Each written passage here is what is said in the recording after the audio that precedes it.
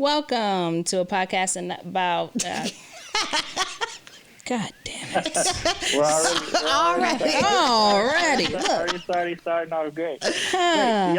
Y'all both have cocktails? Yeah, of course. Hers is water based. No, it's just a splash of soda water. This is okay, well, hold up. Let me run and grab one real quick. I don't want to. Please do. Yes. Yeah, hold on. Pull up to the party. It's a party. See, that has to be the dream job, working with alcohol, and it's always an excuse. Let me just make a beverage. You know what? Promote. Let me promote real quick. Ooh. Dang, who works at the bank? I'm trying to promote some money. By having it. All right. Somebody should just let me walk around broad. You know what? Let me just hold that. And all right. You ready? Let's get in here and see. Yeah. And then you guys are gonna get a ooh. Yeah, that's how we're gonna roll today. And we'll get it. We'll touch on this while we go through the thing. I like but this that. Is our Kettle Botanical Spritz. Ready to drink cans. Ready to drink cans. Summertime ready. Summertime ready. They should be hitting ATL in Georgia really, really soon. Hopefully it'll be out here real soon too. So we got some sneak peeks for those who haven't seen it yet, but it's coming. That's exciting. Ooh. We got exclusives. All right, we're going to try this whole thing again. Okay. 1, 2, 3.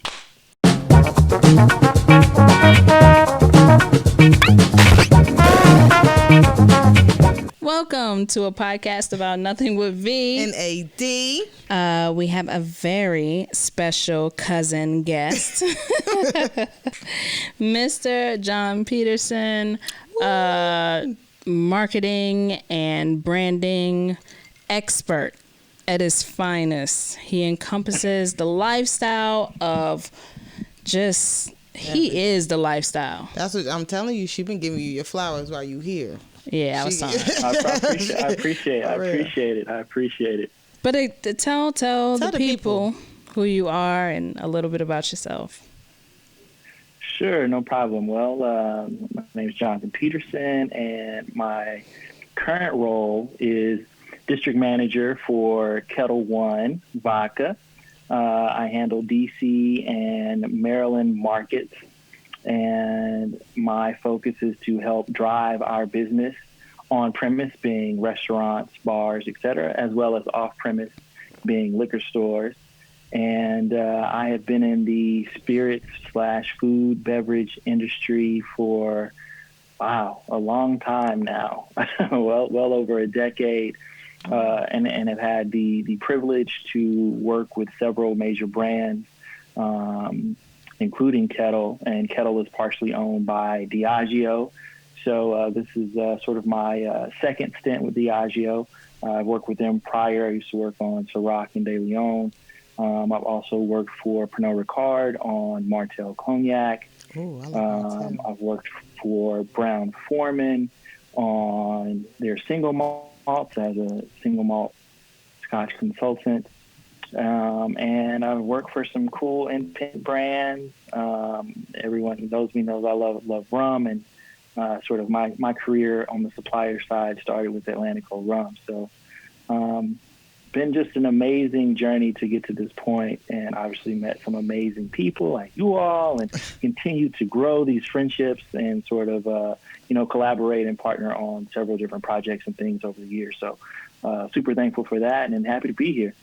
Hey, well, thank you. That's an extensive background. You don't even think, like, just thinking, going to the store and picking up a bottle of alcohol, you don't think there's that much that goes into it. Right. It's so weird. It's really so interesting. I never thought that until I met you, and that was back in the Atlantico Rum days. And he would come by the studio and drop off. But anytime we were doing anything, it was just literally just a phone call away. And he would come, and not just come and drop off bottles. Like, he would come and participate if we had something going on and we had artists that we wanted to, you had to judge them so they could win something. Like, it was just, we really built like the relationship and the family, which is, I think, is so important with brands, and it has to go together. It's not just go ahead. Yeah, reciprocal and mutually beneficial. But I think the most important part about those interactions is the consumer/brand engagement on both sides. I think it's important for consumers to learn about the brands that they are consuming and purchasing, as well as it's very important for brands to be able to connect with the consumer and sort of, get an idea of how well they're doing in the market. But also it gives you a sense of where the trends are going, and that's how brands decide which direction they're going to pivot in, and sort of, what products they are going to release to the market over the next, upcoming years. So it's a very important interaction. And, more importantly, though, because people, you never know where they're going to be at various stages and points in their life. Again, fundamentally building that relationship so that you can be on a podcast several years later, chopping it up. Right, with hats and props. Right. So what made you go down this road, branding, marketing? How'd you get started? Well, for me, these types of roles, with the level of autonomy that they give you to work in the various markets that we cover, that I cover, is, to me, it's as close to being an entrepreneur and still having the security of, a major company behind you, because, bills have to get paid. And especially when we're in a time like a pandemic, having health insurance is paramount. Yes. So, it's sort of, that in between, that sort of best of both worlds, so to speak, as it relates to that. But in terms of just my journey, I mean, from early on as a kid, I knew that I wanted to be an entrepreneur and sort of go in an entrepreneurial direction. And like I said, this was sort of the next sort of step for me.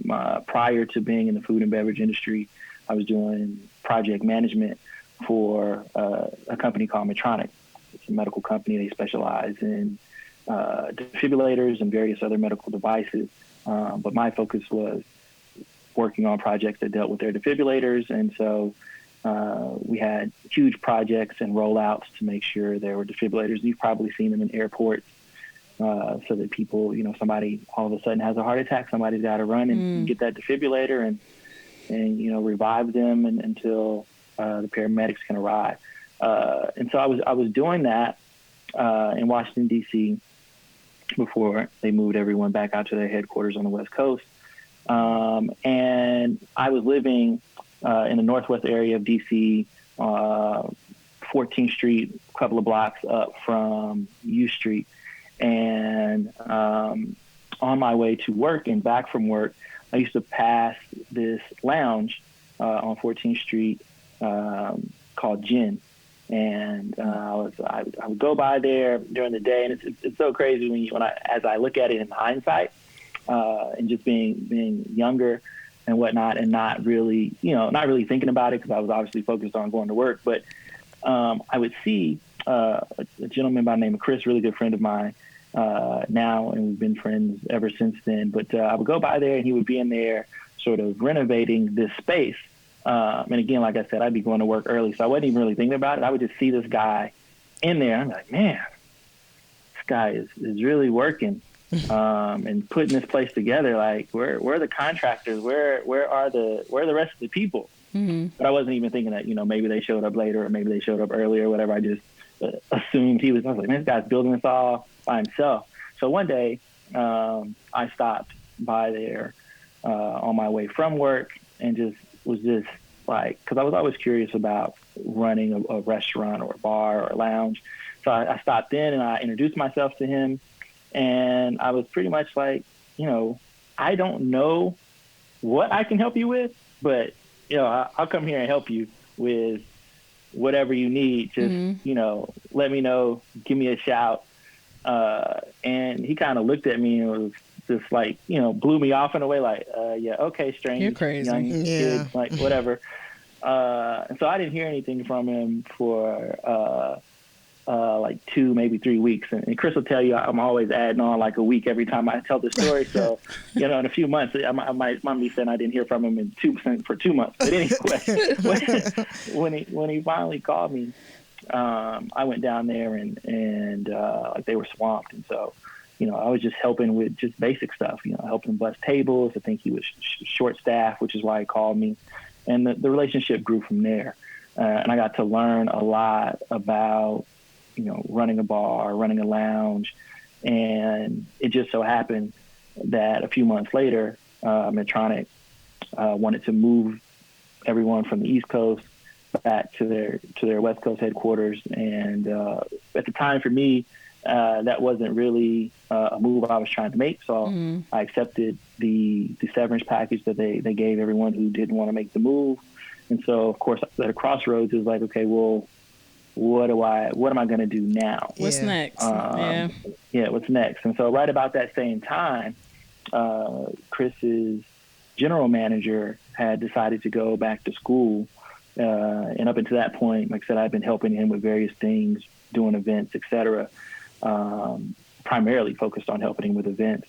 And so when she left, he offered me the role as general manager, which, increased my responsibility, but also threw me in sort of that fire of hands-on, on-the-spot learning experience. And so I was able to build a relationship with our sales reps, the various suppliers when it came to the brands. And at that time, a lot of the, quote, bar/lounge marketing, and even to a certain extent, obviously pre-COVID, now, which still sort of goes on, it was, you have a lot of promo models come in, and everybody's at different levels, but sometimes at that time I felt that a lot of the promo models that they sent, all great people, but also weren't necessarily, some of them weren't the most knowledgeable. And then more importantly, some of them didn't even consume the brand that they were pushing. And so,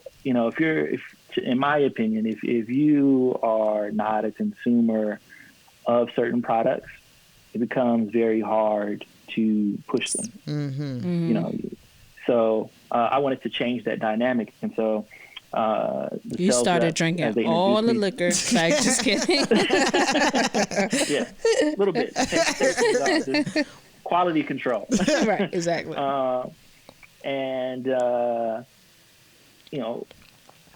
Through the sales reps, making those relationships with the suppliers and sort of giving them the vision I had for our space. Because every space, every bar, restaurant is different depending on their theme and what their focus is.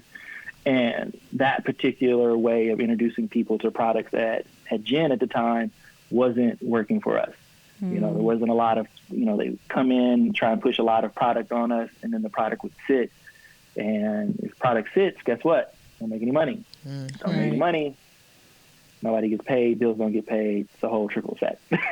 So I like to keep the lights on. So I had to, definitely. Here's what I want to do in this space with some of these brands that you all are bringing our way.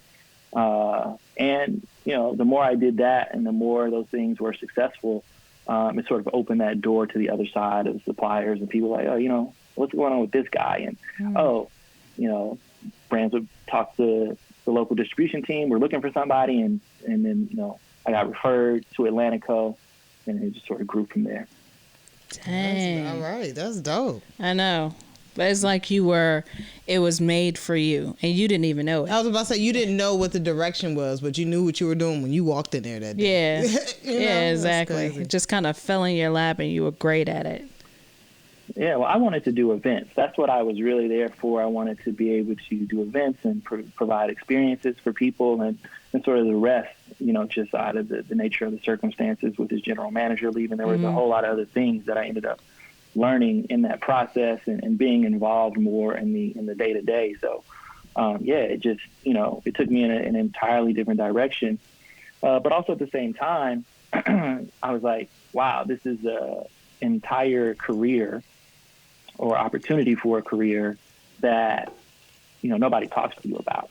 And there's so many careers out there like that that are really unique and exciting and have a lot of growth potential. But then just beyond the growth potential, a lot of opportunity to see more of the world in general. I mean, I said I worked with several brands, and through working with those brands, I've had opportunities to travel to various places in the world. Any of the places? And learn other things. Did you take those pictures on your background? Yeah, so that's a lot of places. Right, that's a lot of places. Okay. A few, they all couldn't fit. It's so crazy. So yeah, the pictures in the background, those are all pictures that I took, and I was able to find a framing company that they do these metal frame or metal, like thin metal pictures that they can print your picture on this metal, thin piece of metal. And then they also do sort of like canvas artwork. They take your picture, put it on canvas, and turn it into that. So half of them are metal, half of them are canvas art style, and then of course I had the letters printed and put them on the wall. Like I said, that's a few of the places. But this wall, when I moved here, the wall, which I should have checked before, I had this whole vision. I walked in and I started, you lay out your place when you get to a place. I'm going to put this here. And the wall, because there's another building on the other side, it's a concrete wall. So you need a different kind of drill bit than you would use on drywall. So it was a challenging task to get them up there. And so once I got to the number that are there now, I was like, I feel like I have succeeded. So I'm just going to stop because this wall is giving me a hard time. Keep my pictures on the phone. Yeah, you know what? I've done great. This is as far as we're going to go. But yeah, I was just telling Adrian, like you said, you wanted to do events and all that other stuff.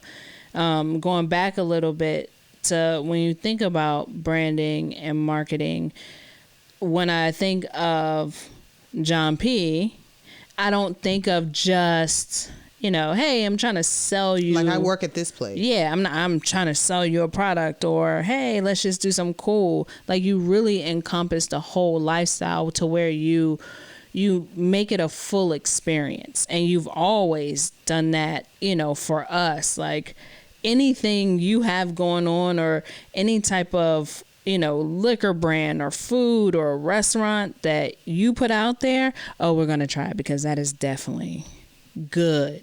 You want to be a part of the Jon P lifestyle regardless of what the brand is. And you do that really, really, really well. Oh, thank you. Really well. Yeah, I mean, I think, like I said to my earlier point, I think it's about being able to connect with people. And I started to think about that more when I became general manager at Gin. I said, you have a lot of people that come and they present a lot of different products to you, which is cool because that's their job. But sometimes people will come in and they, they're pushing something on you that doesn't fit your space, which means that you guys don't have a relationship. You don't have a rapport, right? And what's comfortable and what works for me is getting to know people. I need to, and having them get to know me.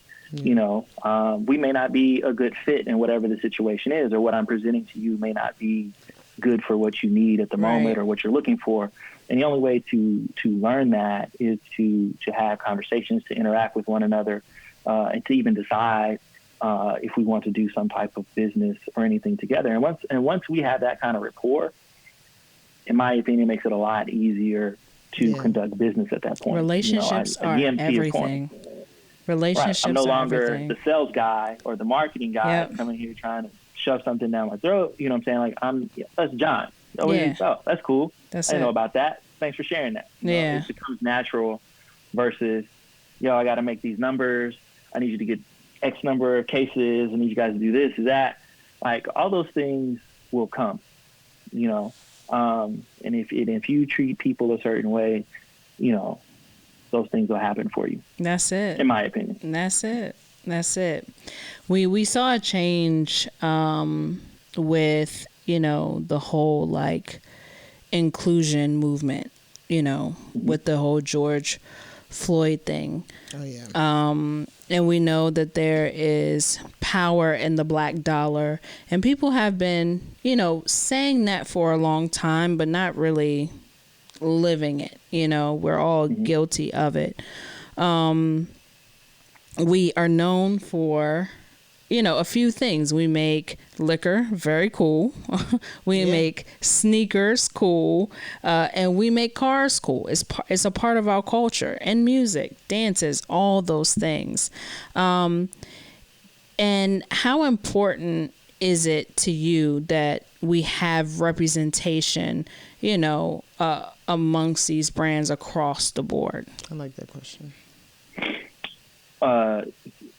Extremely important. And I think at the very core of that is, being able to see someone that looks like you, that has a similar background, that has similar experiences, to know that that's possible, to know that this is, like I said before, like I didn't even know that something like this was even a career path, right? So I was ignorant to that. Yeah. And, and I think it's, one of the experiences I had when I first started working for Atlantico was I had gone to a liquor store, and the buyer refused to speak to me. They wouldn't interact with me. They wouldn't talk to me because they didn't believe that I actually represented the brand, right?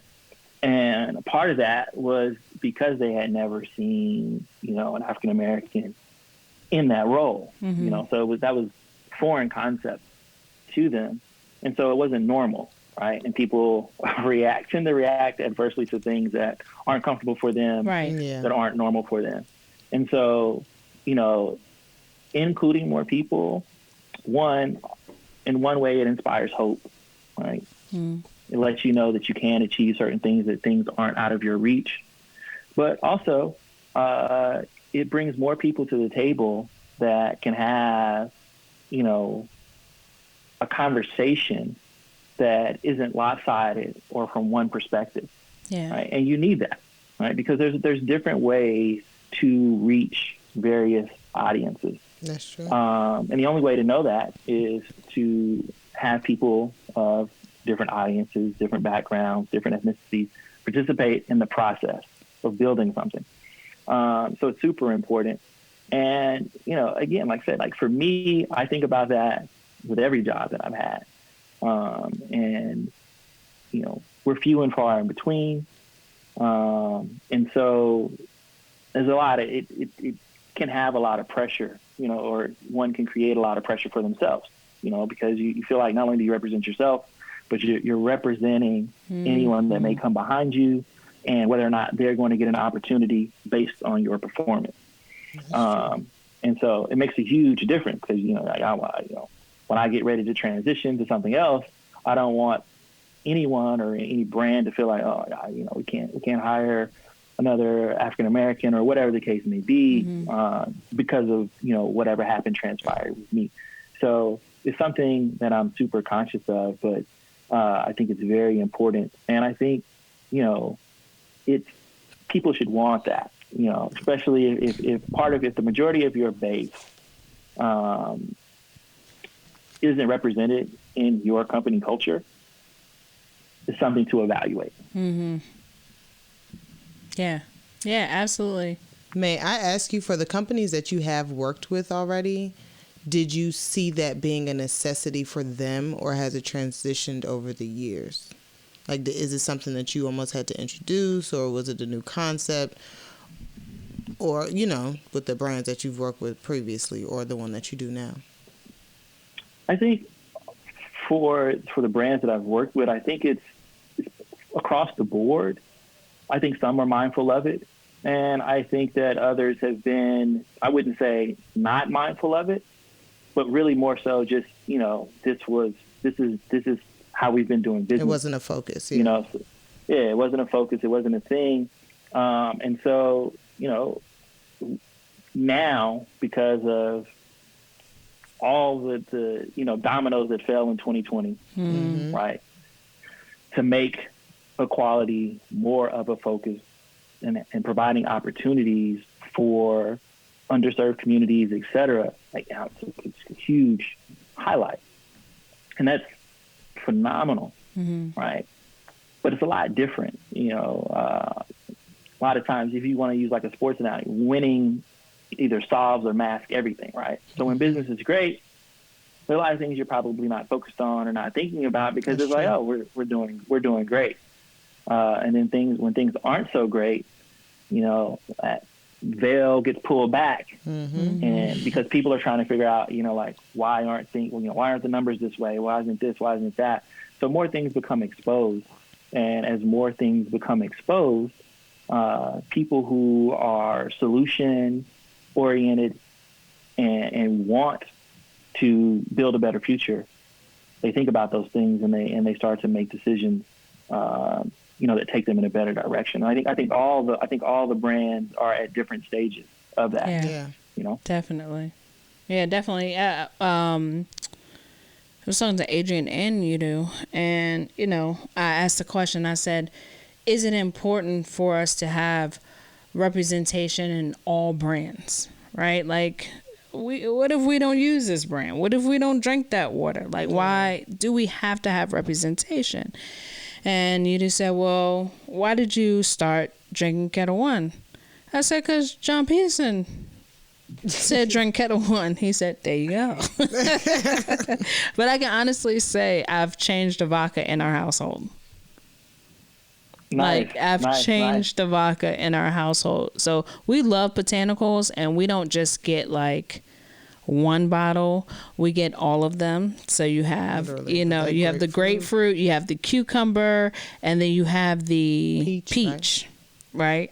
Yeah, peach, orange, blossom. Yeah. That means you guys are on brand. See, like if you guys were a liquor store or a bar or restaurant right now, you guys be perfect for me. You guys be the perfect account because you have full distribution of our Kettle One. Yes, so absolutely. Awesome. Yeah, and we got the regular, the 750, the liter. We have exactly. And then my mom was drinking. I don't know what she was drinking, but the last time I took her to the liquor store, I said, "Well, why? You want to try something different?" And she said, "Yeah, sure." I said, "This is smoother, and you won't have a headache. I promise you." And she does. She has not switched back from the regular Kettle One yet. So, and my dad is a Grey Goose guy. Kettle One now. Boom for the transition, for the switchover. Yeah. I think part of that, as much as I am flattered by the credit, I think a lot of that though comes from, again, consumers, one, taking more of an interest in what they consume, but also more of the education that brands put out about the products that they're producing.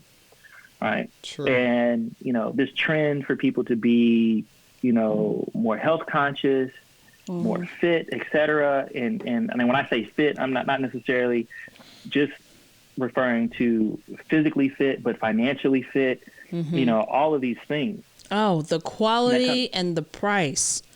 Oh my gosh. Like A1, I promise you, A1. And I'm not just saying that. Like how smooth it is and the price, it doesn't break your pocket. Yeah. And the quality of the vodka is just A1. Well, the Nolet's family, they have over 300 years of distilling history, distilling know-how. They also make Nolet's gin. And so, see? Ooh. That's the green bottle that we had. Oh. We had that too. Yeah. We finished that in a day. Yeah. So they've had lots of experience working with botanicals. And so creating Kettle One botanicals was the evolution of their distilling know-how and knowledge. And I think that's also speaks volume for a family and a company that's been around that long and the pride they take in what they produce. So, that's passed down generation after generation. Yeah. So, all those things are important. And, I think about that in my role. I think about that in other products outside of the spirits industry that I purchased, you know, and the opportunity that they've had to be around for so long. And then I think about, you know, where we are now, just in general in our communities, working to build those same sort of legacies so that, you know, our great-great-grandchildren can want to, you know, my grandmother, my grandfather started this, you know, 300 years ago, 400 years ago. Yep. You know, because that builds a legacy, but it also builds wealth, and it changes the trajectory of families. Yeah, so. Absolutely. I have this maybe a ignorant question. Is there a difference between liquor and spirits? It's not ignorant because there's no different. It just sounds better, I think. Because they have like liquor, wine, and spirits. I'm like, what's the spirit? It's within me. I'm like, what's going on? Spirit. Okay, then maybe there was some section of the store I didn't get to see all the time. Or they have like spirits and wine, right? Yeah. So your wine and beer, they're all going to be at a lower proof. So, you know, the vast majority of your spirits are going to be, you know, 80 proof or 40% ABV. 40, yeah. And then if you have any wines or beers, you know, you're coming in, you know, at less than 15%, give or take, you know, and then so it's a lower proof, and so they try and separate that sort of terminology so that people understand that one packs a little bit more alcohol than the other. But I will say this. So we're now all trying to get used to this, like virtual learning, you know, working from home, all that stuff. And I am not a wine drinker. Never have been. But that botanicals, I can drink botanicals and get up and teach the next day. And you know, the best thing about it is as a spritz, which is what I have now, our kettle botanical spritz, which is just the botanical if you don't have one of the spritz cans, but you can just take the botanical itself, add soda to it, and you're looking at 73 calories, which is less calories than a glass of white wine. You have 0 sugar, 0 carbs. Oh, look at me watching my figure. Look at you soccer moms out there being fit and waking up teaching your kids and still working out the next day. I know that's right. Didn't even have to take Advil the night before. And you know what else I noticed too? It doesn't smell like and flavorful. Heavy. It really is light, refreshing, and flavorful. Because my mom put me on. What? To botanicals. Oh, Yeah, she was watching commercials in Miami. It was like, oh, this feels like a thing. Your mom is so bougie. She would do that. Yeah, she's like, seriously. I'm having a botanical spritzer. I'm serious. That's exactly what it was. Are you serious? It was the botanicals, grapefruit, and Perrier. The grapefruit Perrier. I'm telling you, that's why I got the recipe from. Oh, we do. Yes, we do have. that. We went the whole. We took it to the office. Yeah. We took the botanicals and got Created all a garden. with roses and stuff, just to have a meeting. So I have a question about. That sounds like a really good meeting. It was. It was amazing. Very productive. About branding, spirits and stuff like that. So when it comes to pushing new products, what are the differences that you notice? Because I'm sure we've all had to sell something in our lives. For me, it's more so been retail, like clothing and stuff like that. And I can see what pushes people to buy certain things in that realm. But what is it about this industry that differs as far as branding goes from selling other products?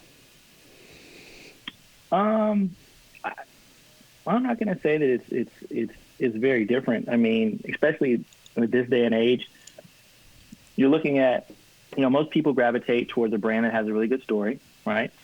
You know, you want to, like, how long has this brand been in existence? You know, or where do they source their materials to make their product? Like, you know, what is the company culture?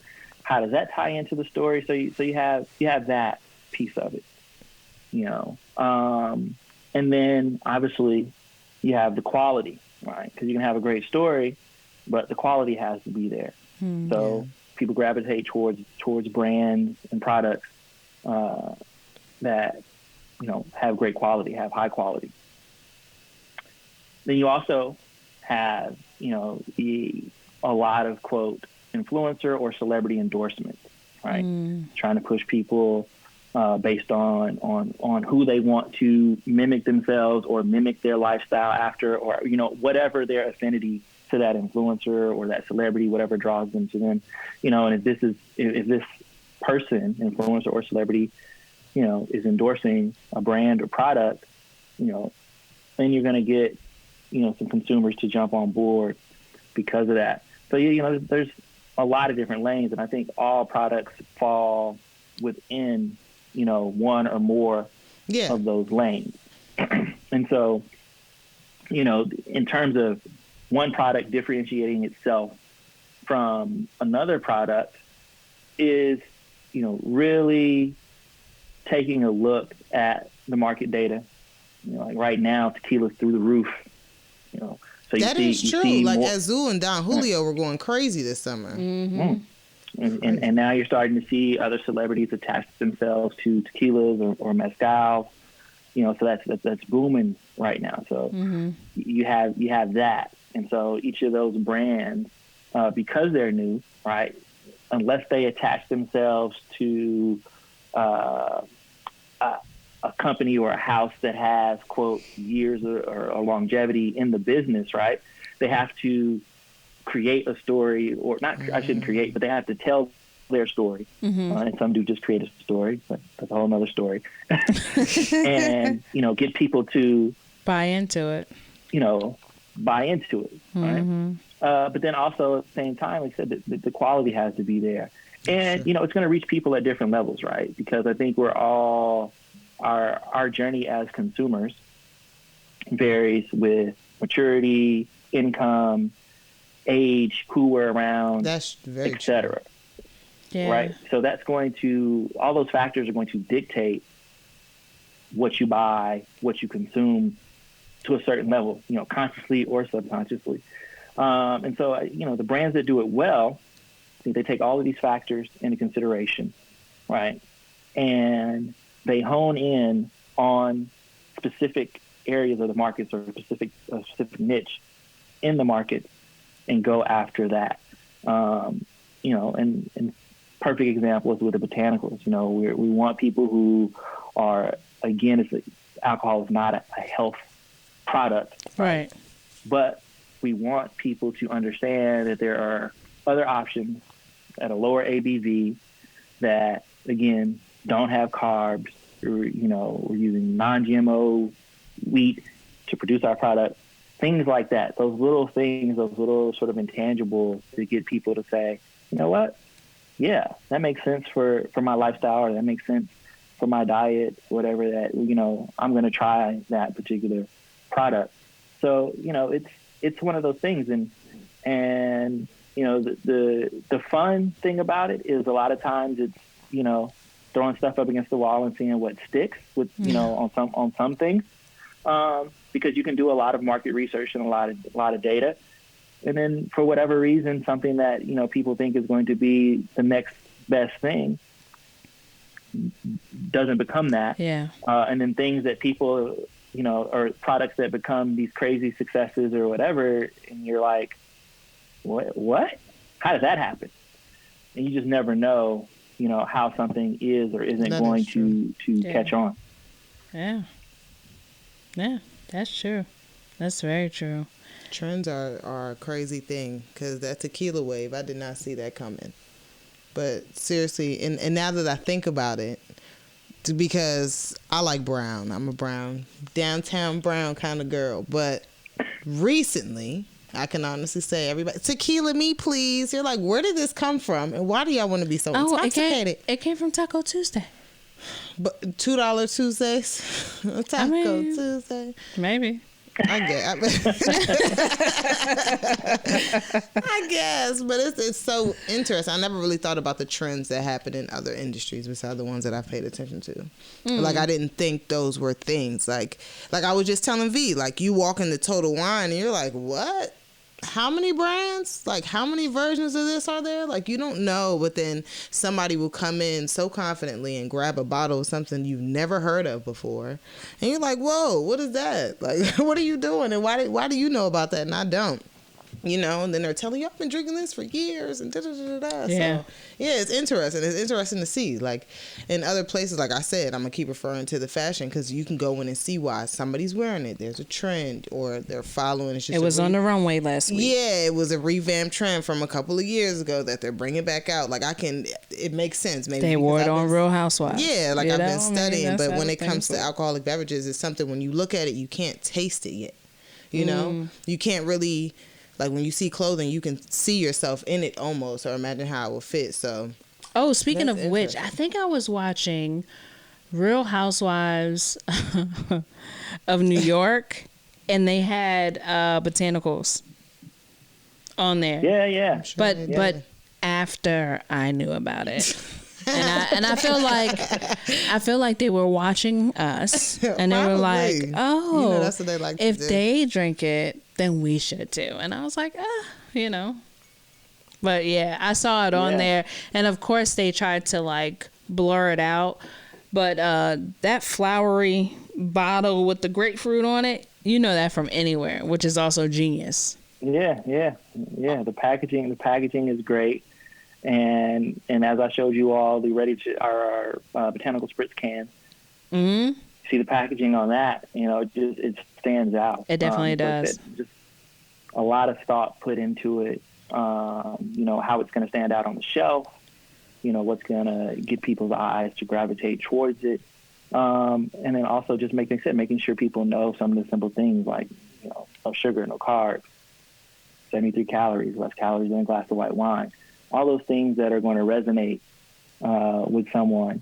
And then, like I said, there's 3 botanicals that we offer. And so, again, there's something that we believe is for everyone who likes to partake in a great beverage. Absolutely. And I am an advocate for all the moms. I'm just saying. She said everybody drink. I am an advocate for all the moms. And if you don't like wine, or if you do like wine, just try something new. I promise you, you will not be upset, because I'm not upset. I haven't been yet. So, botanicals. Look at you. She should be on a commercial. Yeah. Oh, I should. I should be on a commercial.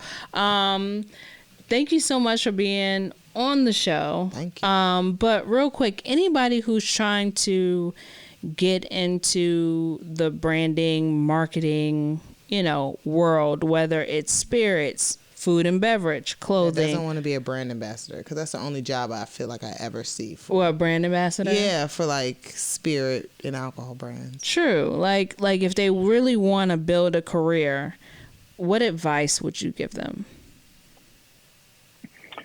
I mean, I think there's a lot of different ways to get to any of these roles or position, you know, but I think it really just starts with, you know, educating yourself on the food and beverage industry in general, you know, understanding, you know, what the 3-tier system is, and then, you know, understanding on off-premise, all these terms, you know, making sure that you understand the various terms, making sure that you understand sales rep to buyer relationships, distributors to supplier relationships, understanding those things.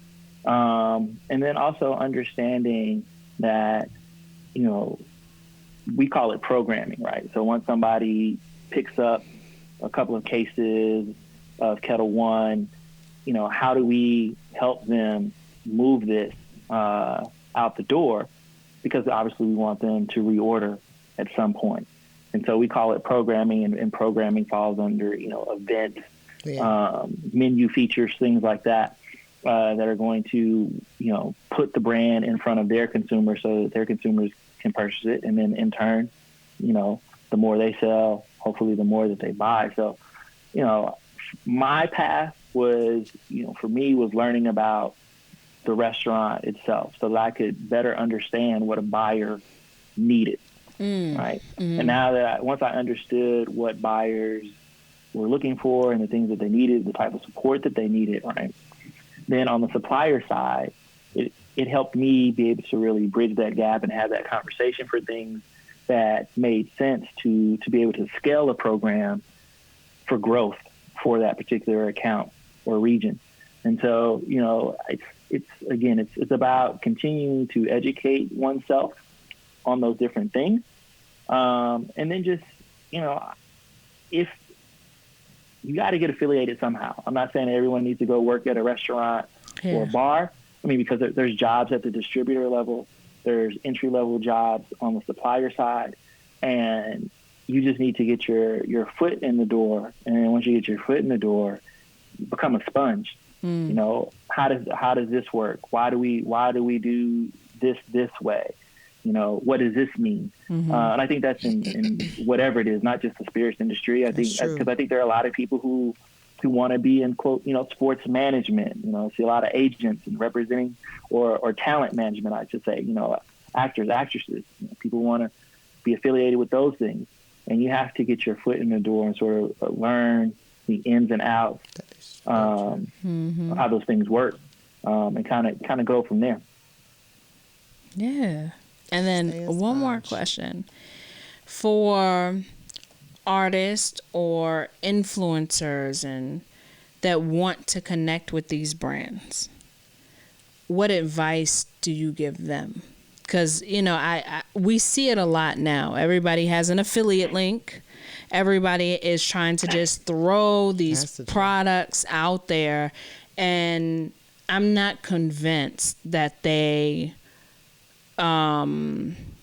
really live the lifestyle of that brand. Like I said, we've changed our liquor for the podcast to Kettle One, and it had a lot to do with you, obviously, because we have a relationship, but we actually like it. Yeah. So we drink it, we put it in our house. We've told our other family members about it.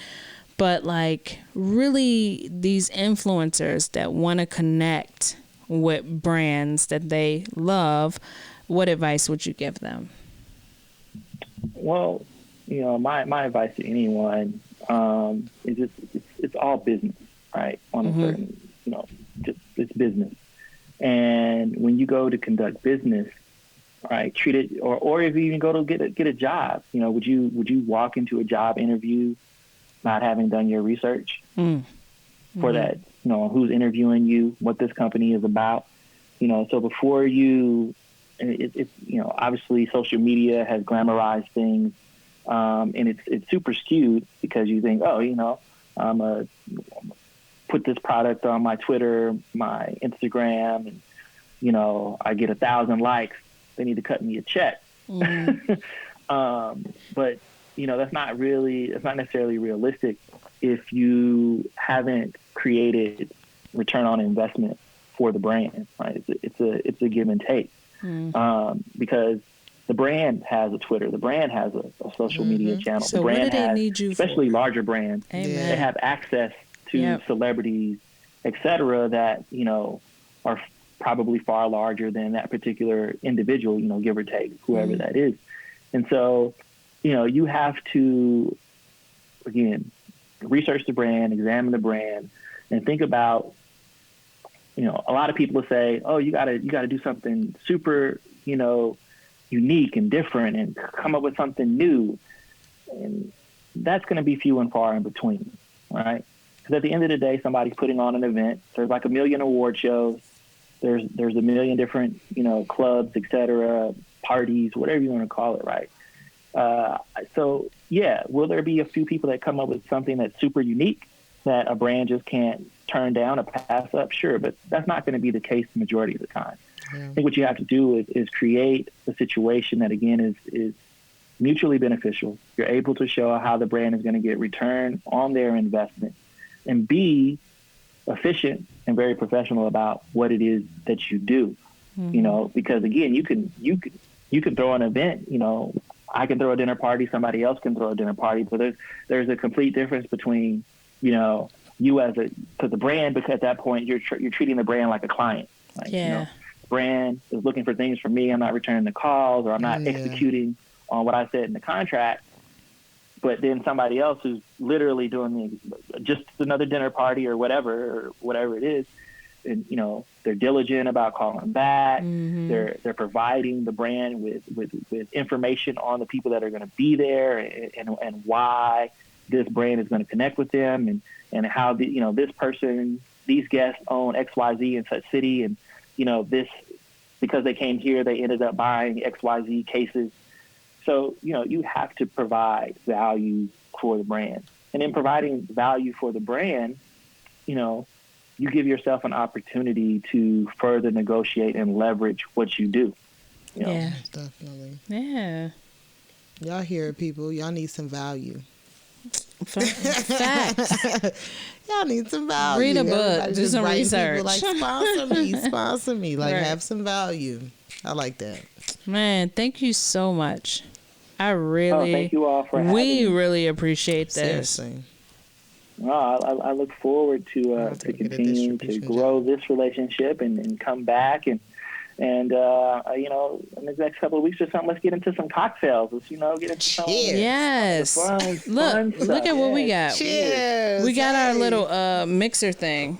Oh, our placemats. Yeah. So what you need is, and we're gonna come back and you're gonna tell us exactly how to make each one of No, these. I know how to make the mule though, No. because that's probably my favorite.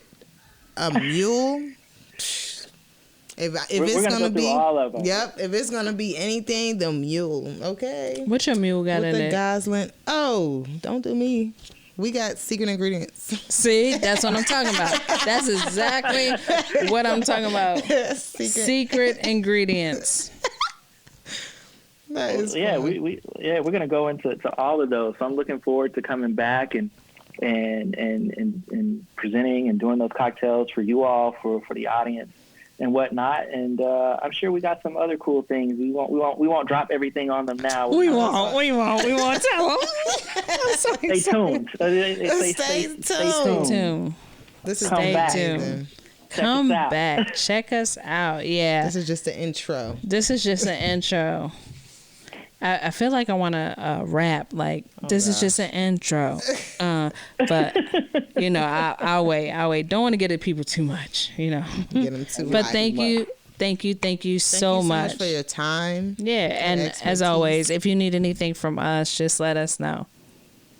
Cool, for sure. Much love, and if anybody in the audience has questions too, they can reach out, hit me up on IG. I was just going to say, Plug let us know where you at. at Kettle1_JP. That is my handle on IG, Kettle1, and that's KETEL 1 spelled out ONE_JP.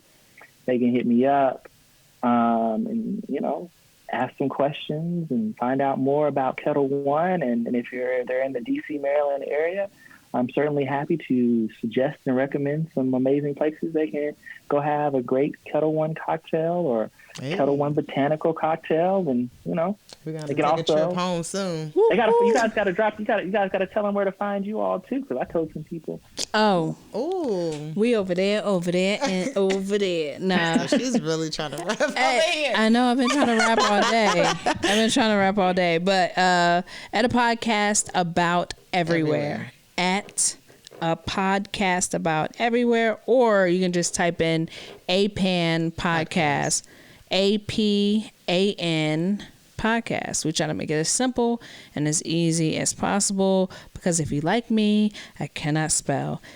Look at my notes. Half of the words are spelled wrong. That's the truth. But hey, I can read them. APAN Podcast, a podcast about. You said Kettle1_JP. Yep. Follow us. Kettle is with one T. This is not the tea Yep. kettle, people. Right. Right. That's what Right. we need to let you know. Not the tea kettle. KETEL. Okay. That's it. Man. That's all. Well, thank you so much, and we will see you very, very soon. Awesome. Talk to you guys soon. Thank you. Bye. Bye.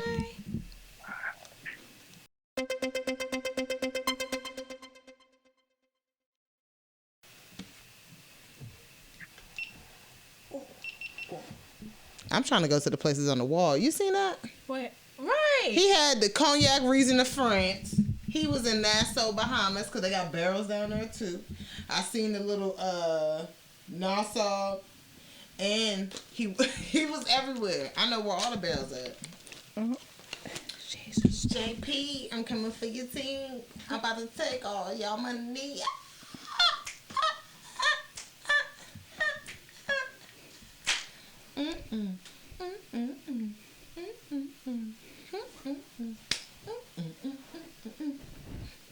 Oh, I should wear black all the time because you can't see this.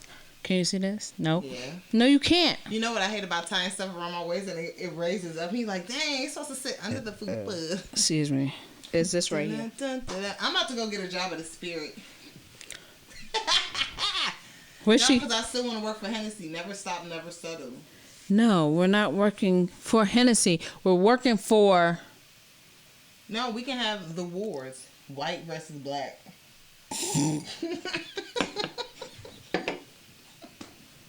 We're trying to get away from race wars. That ain't race. It is. Brown. You racist. racist. Brown and clear. They clear. Why Thomas' teacher tell...